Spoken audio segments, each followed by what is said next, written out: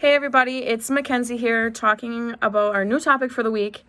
And this week it's a pretty sensitive one. We're talking about how during this pandemic, the rise in domestic abuse cases and child abuse cases have gone through the skyrockets and have been raising a lot due to isolation and safer at home orders, etc., etc. So with those stay-at-home orders and all that, everyone being home, not only does this happen during times like this, in a pandemic, or during Christmas, family vacations, or any sort of family situations where families are isolated more together. Hotlines are blowing up and cases are rising, leaving officials with hands up, not thinking that the pandemic was going to arise abuse cases, because it's just something that we don't always think about when it's a topic that's just as important as anything else. With all this going on, it has brought up the new concept of calling this intimate terrorism, and knowing that abuse thrives in isolation and silence. And domestic abuse is not always just physical, but it's emotional, verbal, and economic abuse.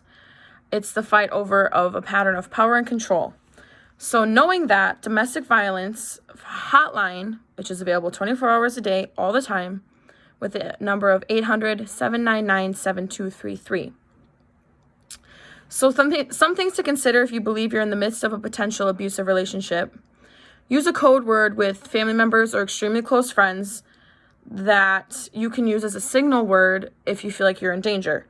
I always know that I had a personal code with my mom that if I felt in an unsafe situation, I would text the word bleach. And my mom knew that that was my code word, that I was in danger or I was in an unsafe situation. But also, never ever hesitate to call 911. Don't ever, that's what they're there for. They're there to help you and serve you and help you with anything that you need. Some signs also to be aware of domestic abuse or domestic violence with the physical are black eyes, bruised lips, red and purple marks on the neck, sprained wrists, bruises on the arms. Those are all just very simple visual concepts to see on someone who you believe could possibly be being abused. Some emotional signs are low self-esteem, being extremely apologetic or meek, seeming fearful, changes in sleep habits, agitation, anxiety, or constant apprehension, developing drug or alcohol problems, symptoms of depression, loss of interest in their daily activities, talking about or attempting suicide. Now, knowing others that could be going through this, what does that control over someone look like? What does that abuser, what can they be possibly showing, the signs that what could be possibly happening in the home? They have to ask for permission to go anywhere to meet or socialize with others, referring to their partner as jealous or possessive, or always accusing them of having affairs.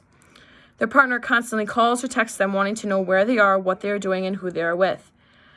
The partner may even follow the victim to check up on them, having very little money available to them, not having access to a credit card, or having to account for every penny they spend, or not even possibly having access to a vehicle.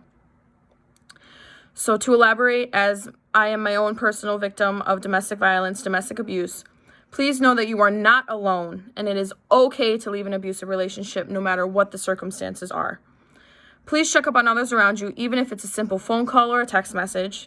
In times like these, everyone needs to keep their distance for health reasons, following that 6-foot distance rule, but also know that our phones haven't stopped working. Social media hasn't stopped working. Call, text, and check up on each other. Just a thought. Think about it. Have a good week.